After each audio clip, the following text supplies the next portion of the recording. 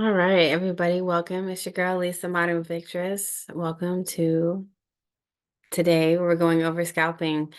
So I told myself that I was going to create more videos this year to help everybody.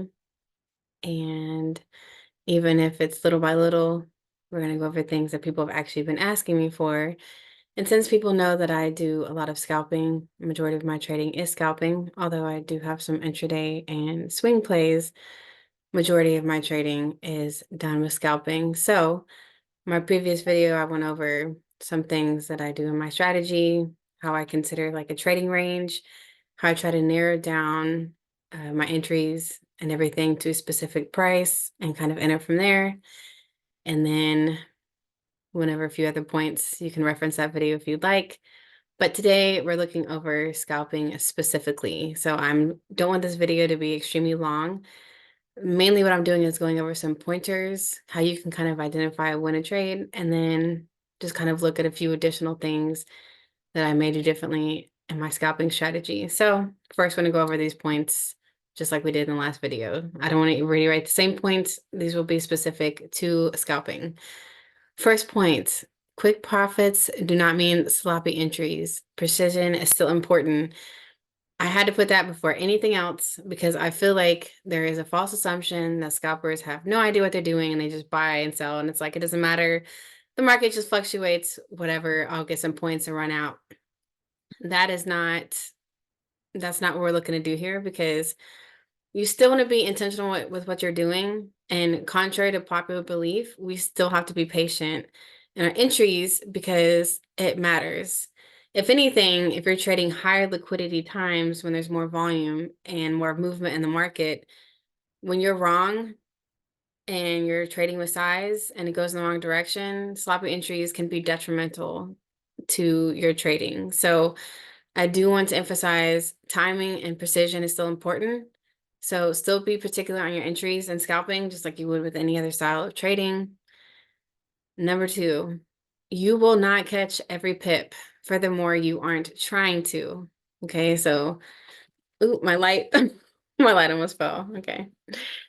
Um, you're not trying to catch every pip in the market. I think that really actually applies to all trading. Obviously, you do want to capitalize on your gains. I do trade similar to Tom Hugard in the fact that I like to minimize my risks, but not capitalize on my profits.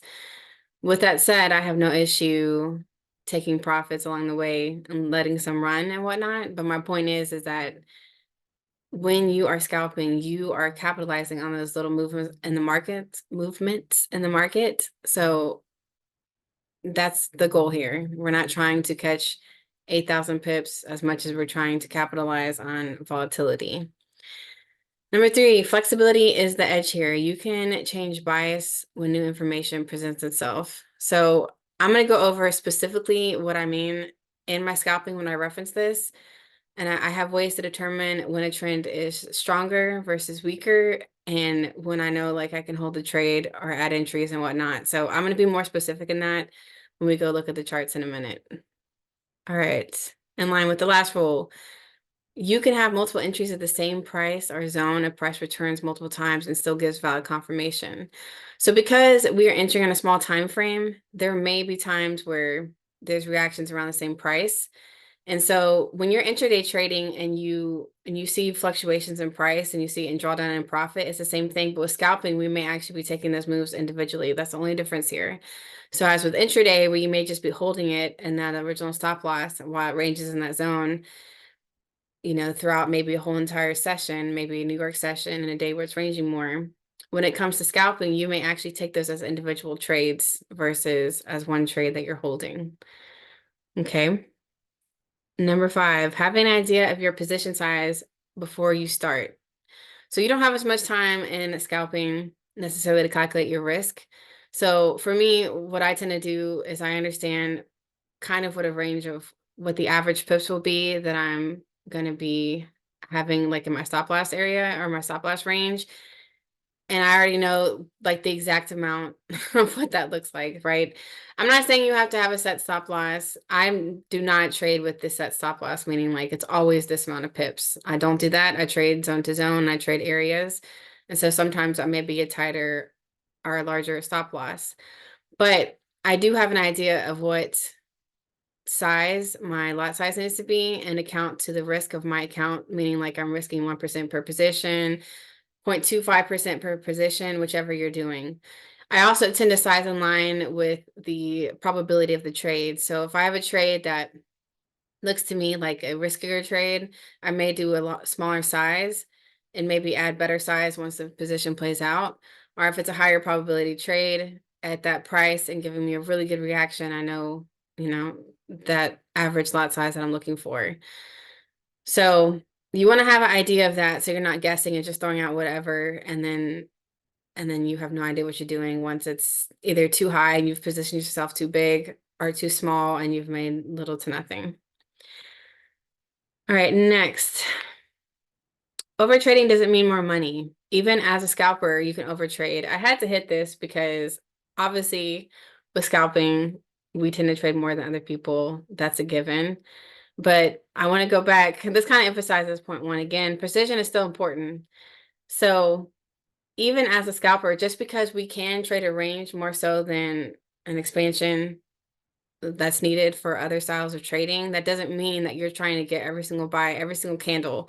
So typically when you're over trading and scalping, it's mainly because you don't have much of a plan and you're chasing the market versus waiting for it to come to that price in the area of what you're looking for. So I still want to make sure that when I'm talking about scalping, that I'm still talking about your discipline in scalping, because I think a lot of people get away from it in scalping because they feel as though that they can do it and it just makes it a lot harder for them. Lastly, stay focused. If you're distracted, then stop trading. When you're scalping, you need to be locked in because you're there when the market is moving quickly and you need to be able to make quick decisions and be able to move on changed information. So if you're in a place where you're being distracted left and right, if you don't have your stop loss or TP in and you get distracted, you can come back to your trade. It can be detrimental. Okay, so these are all things that I think are important.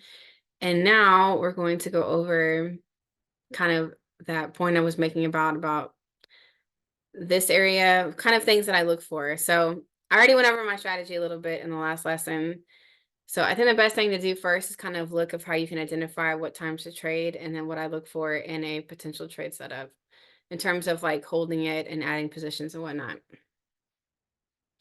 So the two main things that I'm gonna go over is gonna be gold and indices. I'll probably look at either NASDAQ or Dow and we'll go from there. So when you're first deciding when to scalp, it is best to trade when there's most volatility for that pair or commodity, whichever you're trading. That's going to be the idealistic time to trade because that's when there's movement that you're capitalizing on. You can use any type of sessions, things. This is the one that I find is just easiest, and I need to go on a smaller time frame. Okay. Lux Algo has some really good simple indicators that you can use. This is the sessions one. I think it has a lot more, it's a lot busier. I think I unchecked a lot of it when I used it. I think I just leave the sessions open and then just like the daily, I think. But usually there's a lot more checks. You can leave it how you want, but I'm just showing you that I like it less busy. The only reason why I bring this up is that first you want to look at the pair that you're trading and see when it has its most volatility, right? So gold euro is going to have a lot of volatility during the London and New York crossover. Today is a holiday, so it's slow movement, but this is a great time to figure out the best time when to trade your pair and look at the times when it's giving the best moves, right? So, and here you can be even more specific and constantly look at an exact, like if you see that constantly reverses inside of that range, look at what time that it's doing that, kind of that range, and that's where you should be particularly looking for entries. Also, you want to notate news, right? So a lot of times gold will be affected by news, which on the Eastern time zone tends to be either 8:30 a.m., 10 a.m., or 2 p.m. if it's FOMC. So you'll also be considering things like that because when it does come to scalping, I typically do not scalp pre-news. there's not too much of a point to do it because the volume's kind of going to wait for news. So also keep that in mind.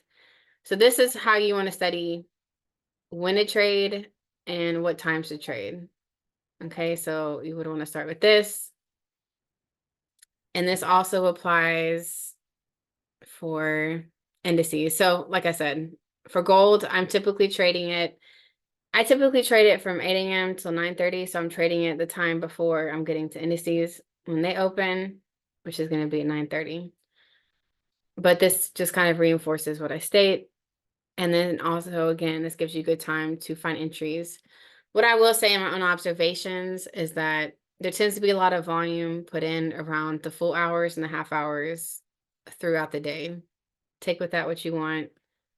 I don't want to go into the whole specifics of time because God knows everybody else has done it. Okay. Let's look at um US 30. So you look at the same things here. You want to zoom in. Like I said, today's a holiday. See when it typically trades. You're obviously always going to see movement at market open. I don't know why people talk about it like it's some big secret when it's obvious you're going to have good movement at open. But also you want to see how long that typically is. So another thing you want to look at is the typical expansion of how many pips it goes. And you also want to look at it at a smaller time frame when you're studying it because you want to see if it's constantly, if it's ranging, if it's doing manipulation and going the other way. Because when it comes to scalping, when it comes to trading open, there's some main movements that you'll typically see. You're typically going to see either some type of manipulation and then distribution going the complete other way, or you're going to see sometimes where it does go in the direction it's maintaining, takes a little bit of people out and continues that way.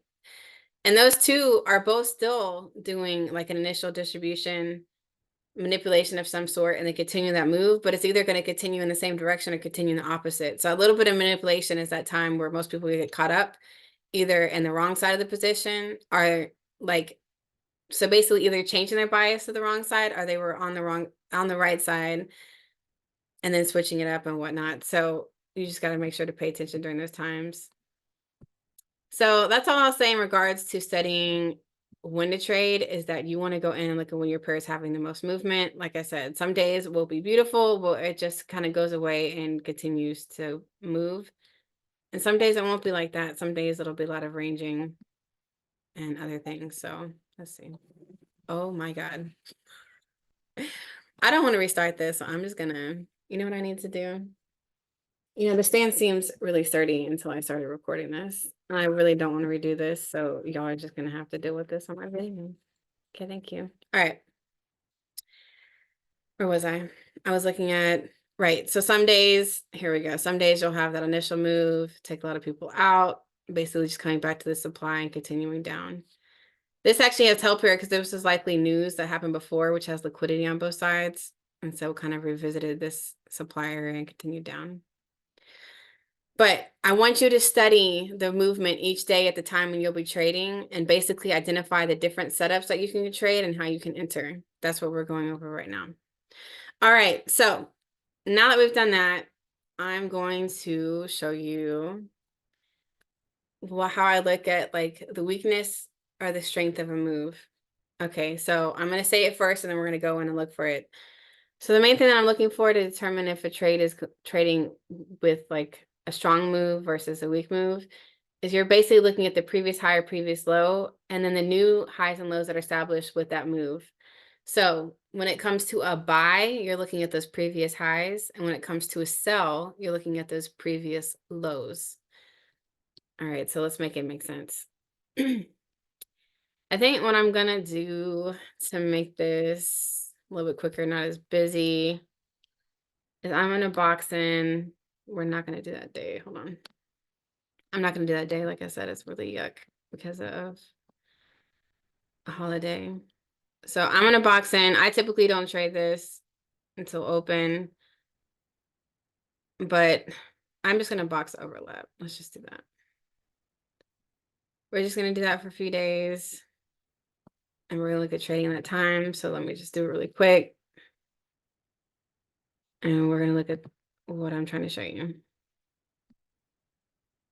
Okay, we'll just do that. We're doing it based time. That's fine. Like I said, I don't want this video to be extremely long, although it ends up kind of happening. I don't know where we're at, so I guess I could have prepped these before the video. All right, we'll do that really quick and let's move on. Okay, and as you see, some days just have less volume is what it is, right? What day is this? Tuesday. But it still continued down, right? So sometimes it can be a continuation. All right, so let's get rid of this. Let's go in and look at these. So we'll look at the move on these few days and we'll keep it simple to the point. I am going to go on a smaller time frame now. What am I on? 5 minute. You can enter on a small time frame with scalping, obviously.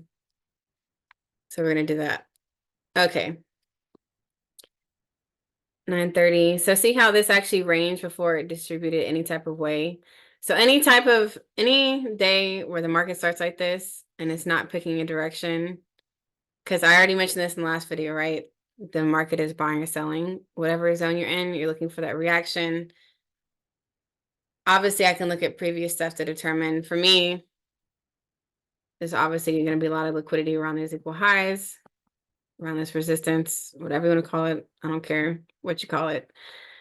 Most people would call this a turtle soup. It basically liquidates and comes back down. But there's only two choices to happen here. It either continues to respect this area and goes higher, or is going to come back inside and continue lower, right? Obviously, to the second. Now, when I first entered this trade, when there's no other previous information here, this is the previous low right here. You see this? This is the only previous low.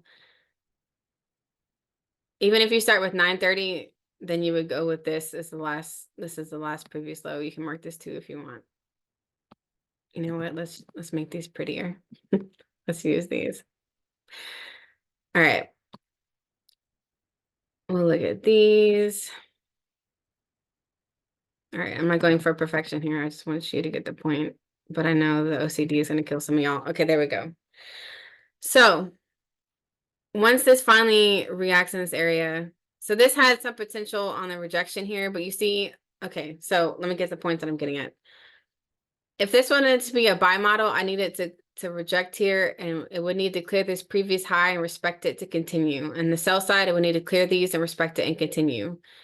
So this one fails to do that. You see how the price action, first of all, is extremely low volume, but it never even clears that previous high at all. Okay, so that's not what we're looking for the buy side. These sells here do clear this previous low that is established while it's doing this range, and it ends up being respected in time with this price action. You see that? This next move does the same thing, and it doesn't even revisit it. It clears it with strong price action. You see the difference in price action of these versus this. So that's what I'm looking for a lot of times is volume supported moves. That's why sometimes I'll also leave this on. Very small time frame. You see how it's around this price? That's where volume's put in. And once it distributes down, you'll see that a lot of times as well. So for the sell side, if you were to have gotten in this move on rejections of that price, you know, like I said, once it comes underneath this price, you can get in earlier. If you want to play it safe and wait for here, that's fine as well. All right, if you want to take it down, you can now scale out of the move. I'm looking for previous liquidity, right? If you want to keep it really simple and just do a retracement zone for that previous full move, then you can take that first. That would be something like this. You can take it to here. You can take it through the full zone. And if it continues to carry in line with what I'm saying, you can take it the full way if you want to the bottom. That is a simple scalp, nice risk to reward ratio. Even on the first move, it's still over 1 to 3. Now, so let's go over the points that I'm continuing to try to mention here. You see how it respected those previous lows and continued? That tells you that the sell trend is strong. I guess I could have just done that previously. You see how it keeps respecting and going to the downside? That's what I'm looking for, and that tells me that the move is strong and still going. You could also potentially get new entries at some of these places if you desire to. Understand that you may be going against a pullback, but if you're trading good price action and has a good reaction, you can get in, do a tight stop, and do those same targets as you had before. All right, I was trying to see if it made it all the way to the bottom. That's today, it hasn't even made it here yet. The initial target would have been better. Keep in mind with scalping that this actually ended up being an intraday move. Like if you would have taken it around this time to that first initial target, that's still about an hour underneath the hour. Okay, so first you use the previous lows, and then you use new lows if you desire to. So these new lows that it's making are continuing to be followed. Do you see that? And as long as they continue to be respected, the move is strong. Okay, so this was Friday. I definitely would have closed it out. I'm not going to hold that over the weekend. All right. I'm taking too long to make that point. Let's go to the next one. Okay, let's get to it. Here we are. 9:30. All right, like I said, we have this liquidity here. I'm going to mark this. There was news liquidity around this price. One of two things around those prices of volume. Either that, respect this, respect that previous high, or it goes to the downside, respects it, and continues lower, right? Okay. 9:30 candle. It kind of wicks both sides, tries to lure people to the upside, but it doesn't clear any type of previous high. You would have to find a previous high here if you want to. You can do this, right? Okay. It respects here, but it doesn't clear any type of previous high. Comes back into this price, sells under, looking for sells. On a smaller time frame, what it likely does, it actually does this. But I know we're already in the 1 minute, so we're going to stay here. All right. So it stays underneath this price. You can take that sell. This is the next area that you're going to look for to see if it respects it, this price as well. And then once the move starts, you have new lows that are established that it has. You see that? So now you can use the previous low and that new low, and you can actually use it as an entry area. So when I'm stacking positions, that's what I'm looking for. Okay, so I would have had initial scalp here. And that previous low and new low, you can use that as an entry area as well. And you can see the same thing happening here. You see this previous low here? And if you want, use that new low. And if it respects in that price, this is literally exactly how I stack my entries, like this. There you go. Those lead for strong scalps. Even if you don't add positions here, this is letting you know that it's still a strong bearish trend and you can keep with that position. All right, you can do the same thing here for your target. You can either just look simply for liquidity or you can look for the previous expansion move. Let's see what that looked like. I would need to zoom out some more. I don't want to do that right now. Okay. It looks like from this low up to this high. Okay. There we go. I don't want to go out time frame and zoom back, so I was making that simple. So a good target would have been that retracement area. There's also equal lows here. So you can look for it to go to this area or into this area. All right, let's do one more and we're going to wrap up because I don't want this to take forever. Actually, I do want to find a buy though. I feel like these have all been sells. I'm going to do this one quicker. Let's see, where's 9:30? All right, so this is another example again, right, of it ranging before it actually distributes. Now, even if you were to take a buy here, let's look at the previous area a little bit.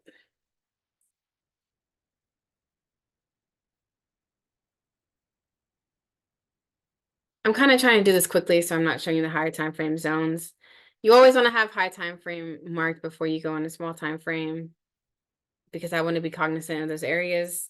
But for the sake of speed today, I kind of just zooming in the zones. Even if you're just looking in this price around this 9:30 open, there we go. Where's 9:30? It's actually down here. Okay. I do want to be mindful of that high time frame. Give me a second. All right. So this is that support before that area went down. I see that. We were just doing this one, right? And that was a previous one we just did. No, yeah, this is the correct one. Okay. Alrighty.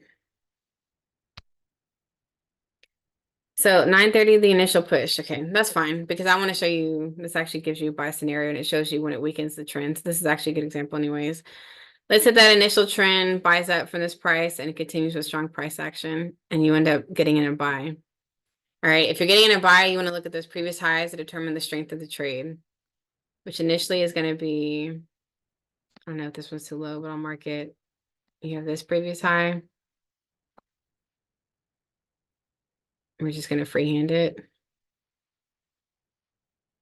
All right, and as it continues, the reason why I'm not marking those as important is because the new trend is what's most important here. So this is the first pullback. Okay, so even if you got in the buy in here, those previous highs are cleared and obviously it's continuing with good volume, but this new high is what's important. You see how it continues higher? So it does this, it does this, it continues higher. But now, this is the main thing I'm actually trying to show you before we move on. You see how this one was never respected and never continued higher? It came back in, it came back in. And you see how this switched from the buy side to the sell side? This is when I know to get out of a trade and the trade's ending for a scalp specifically. I would have taken profit on this trade. This is the higher time frame price area of interest. And if it comes underneath here and respects the downside, you can actually get in a sell. If you want to play extra safe and wait for this price to be checked, then that's fine as well.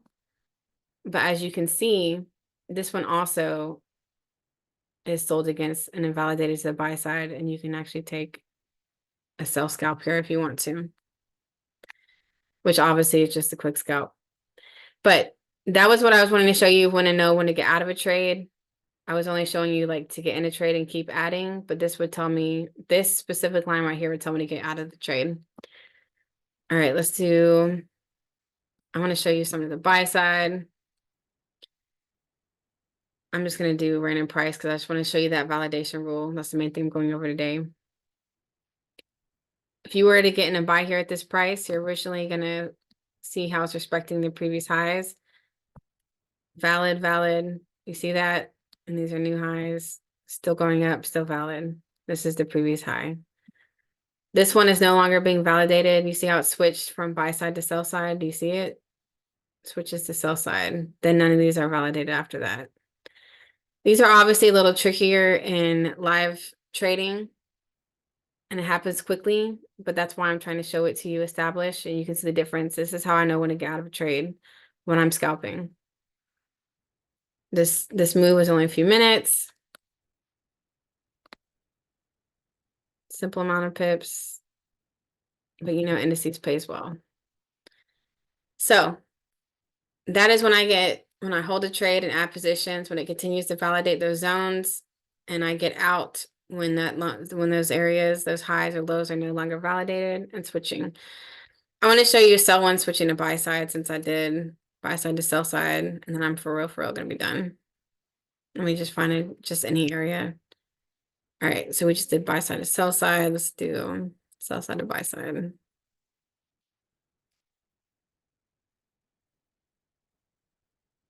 Okay.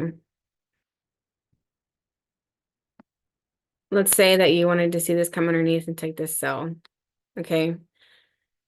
If you take either the sell here or the sell here, this first one, you see that it's not validated. It's not looking great. This is better because it sells underneath and actually respects it. This would be a good sell right here. And you're going to look at all those previous sells. It continues to go underneath and keeps respecting to the downside, right? And then you have that previous low. Here, for this to continue to be a strong sell, it needs to respect it, and it doesn't. It changes to buy side. You see that? These continue respect sell side, respect sell side. It can come back in a little bit, but overall respected sell side. This changes to buy side. If you want to play it safer and wait for a different zone, that's fine. You can wait for the pullback if you want. But that is a beautiful buy. And plus, it starts to change to the buy side, right? Because once it buys here, it respects those highs. All right. These things are simple, but these are hard things to teach. So I know it's easy for me to see them and it just looks like 1,000 lines, but obviously you're only marking the trade that you're in, and then when you're done, you take them away. So it's not crazy busy. So I tried to describe this the best I could. Please let me know if you have any questions specifically in the comments when I'm done with this. I know that I see these things very quickly because I've been doing this every day now for about just short of 7 years. But let me know if you have any questions. I hope that was helpful to scalpers. But you see also, these kind of emphasize the points that I made before. I'm always getting in a specific price. I'm looking at very specific areas. I'm not just chasing the trades. Price action will also help you with this if you're really good at understanding the candles when they're reacting in those areas with good volume versus low volume. What those nice projection candles look like will also help you be able to get in these trades quicker and better. So practice this, back test it, and then try it live. Obviously, practice it with fake money first. But these trade days that come out really nicely are just awesome. And sometimes, like I said, they can end up being the intraday trade. And that's why I like to see if it continues to validate and I can hold the trade and maximize profits. So everybody, thank you for your time. And I hope this was helpful. Take care.